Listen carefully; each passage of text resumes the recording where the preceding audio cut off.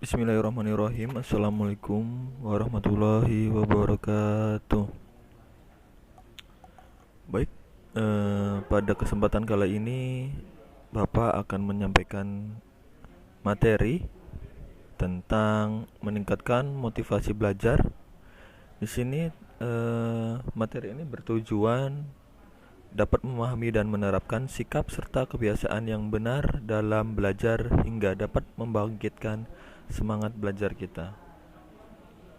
Oke, sebelum memasuki materi, Bapak akan mengadakan sebuah ice breaking ya untuk mencairkan suasana kelas agar lebih semangat sebelum materi ini disampaikan. Di sini ada dua ice breaking. Yang pertama tes dan hitungan gambar. Oke, lanjut saja ke tes mata. Nah, di situ terdapat lingkaran merah. Coba kalian amati di dalamnya ada angka berapa? Tuh di situ. Nah, setelah itu kalian bisa menilainya sendiri tentang tes mata ilmiah ini. Jika terlihat 38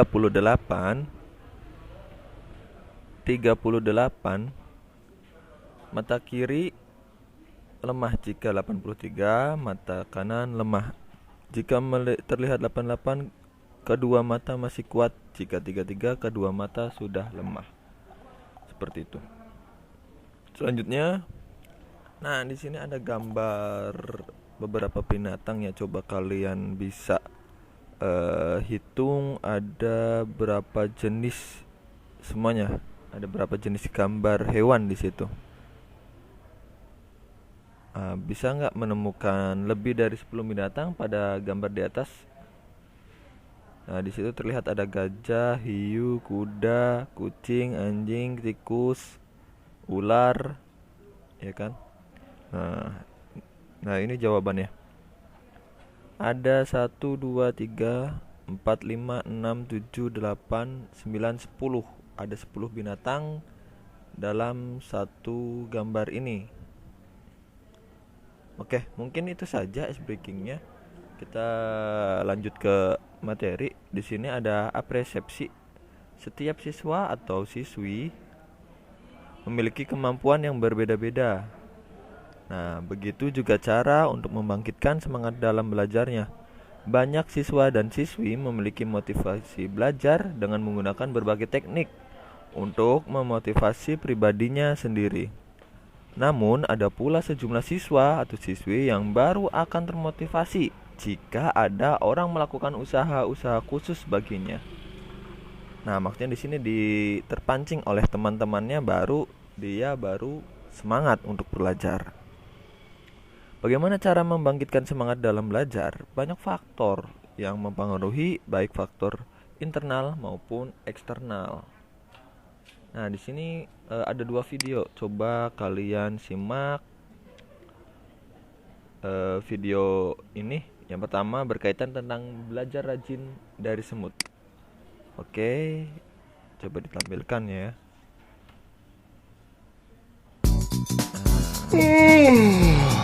Kalian bisa langsung simak Semua orang saja pasti videonya. punya rasa malas. Malas ke sekolah, malas kerja, dan sejuta malas yang pernah ada di kepala kamu. Tapi gimana kalau malas jadi kebiasaan? Apa yang bakal terjadi? Coba deh lihat sekelompok semut. Perhatikan tingkah lakunya dan lihatlah betapa bijaknya mereka. Semut, biarpun gak ada yang mimpin, ngatur, atau ngasih tahu, tetap bekerja menyediakan dan mengumpulkan makanannya. Hari gini masih males, masih nyantai aja. Ada petua yang bilang, tidur melulu, ngantuk melulu, nyantai melulu, bakal jadi miskin. Disiplin seperti semut selagi ada kesempatan. Disiplin awal keberhasilan. Tidak disiplin, awal kehancuran. Nah, di sini ada beberapa kata yang wajib kalian jadi patokan ya. Oke. selesai, terus kemudian lanjut ke video kedua tentang berkaitan dengan giat belajar. Langsung saja disimak.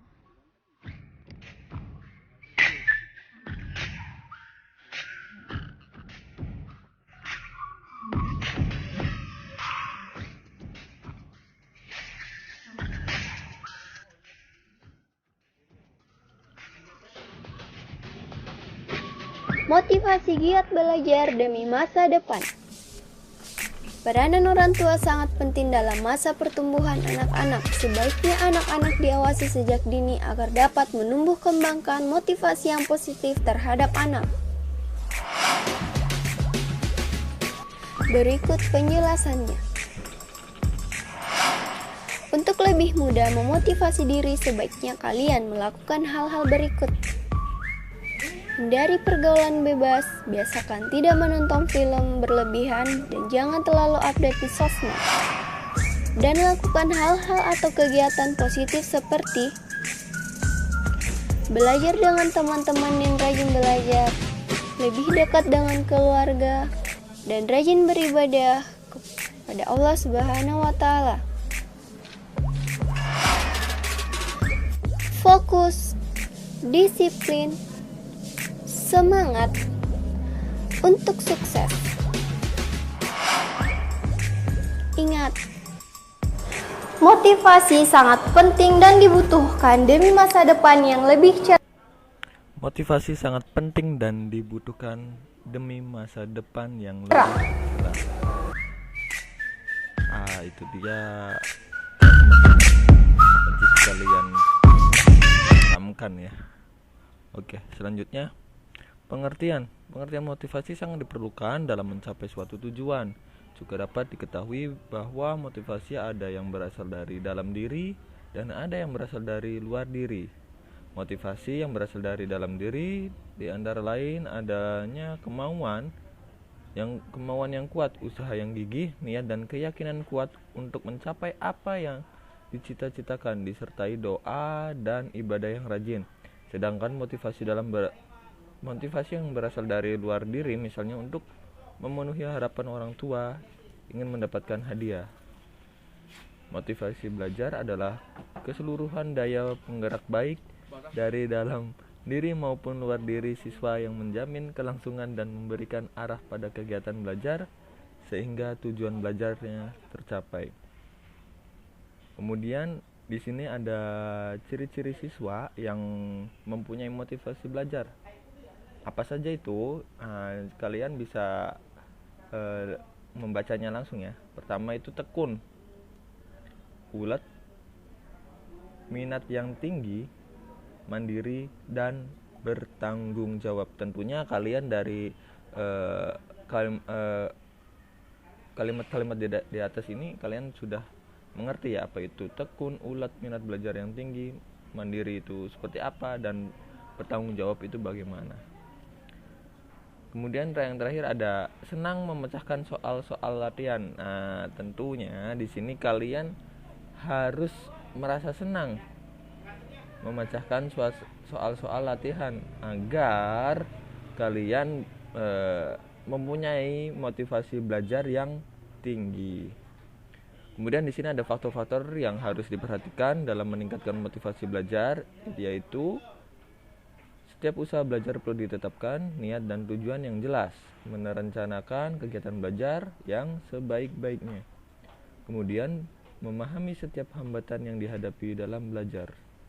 Berdoa untuk melatih keberhasilan, selalu mawas diri dan mengembangkan kesadaran untuk lebih memahami diri. Semakin dalam pemahaman diri seseorang, semakin besar semangat yang akan muncul. Mau menerima masukan dari orang lain dan memahami norma-norma tentang belajar yang baik, mempunyai rencana masa depan. Kemudian ada usaha untuk meningkatkan motivasi belajar. Di sini ada persyaratan akademis meliputi 1. Hasil ulangan yang diperoleh sudah tuntas atau lulus.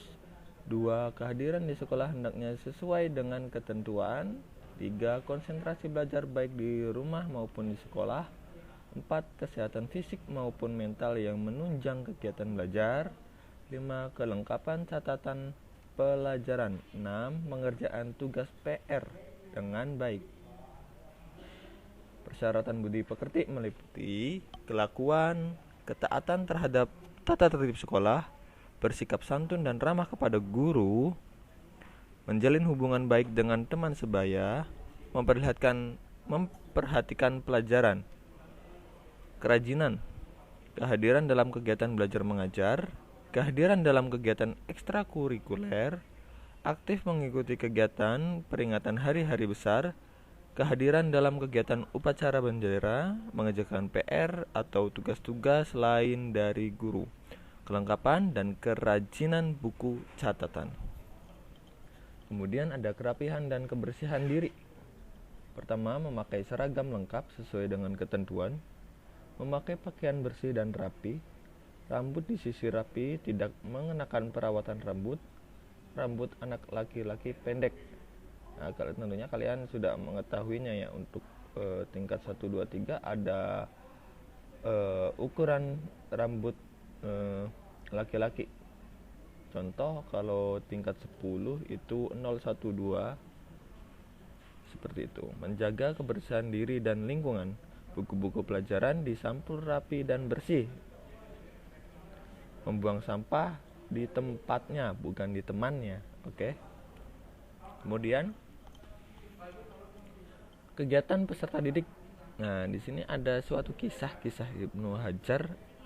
Kalian bisa baca sendiri, pahami, cermati, renungi ya. Nah, Alkisah ada seorang anak yang malas banget kalau disuruh belajar di kelas. Dia sering tidak paham sama pelajaran. Hasilnya dia menjadi murid yang terbodoh di kelasnya. Dia stres dengan keadaan dirinya. Dia sudah tidak tahan lagi sehingga dia pun akhirnya bergegas meninggalkan sekolah. Setelah lama berjalan, dia beristirahat di tepi sungai. Dia melihat pemandangan yang begitu menakjubkan. Dia melihat batu besar yang berlubang gara-gara tertetes air. Ia hanya tetes-tetes air yang tak kenal lelah jatuh menimpa batu besar. Jadi berlubang permukaan batu yang keras. Itu pun mendapat pencerahan dari situ. Aku memang bodoh. Ego, bego, dungu, dan lainnya apalah namanya. Tapi aku kan manusia yang masih dikasih hidup oleh Allah. Kalau air yang terus-menerus menetes ini saja dapat membuat batu yang keras itu berlubang, masa aku tidak bisa membuat diriku yang pintar, sedungu atau sebodoh apapun aku sekarang. Aku yakin kalau terus-menerus berusaha persis seperti tetesan air ini, aku pasti bisa pintar bin mahir. Aku pasti bisa, asal aku gak nyerah dan terus berusaha. Ya, aku pasti bisa. Setelah kejadian itu, anak tersebut berubah drastis. Dulunya paling malas, sekarang paling rajin. Setiap saat yang memungkinkan dia gunakan untuk belajar, dia mulai bisa menyamai teman-temannya.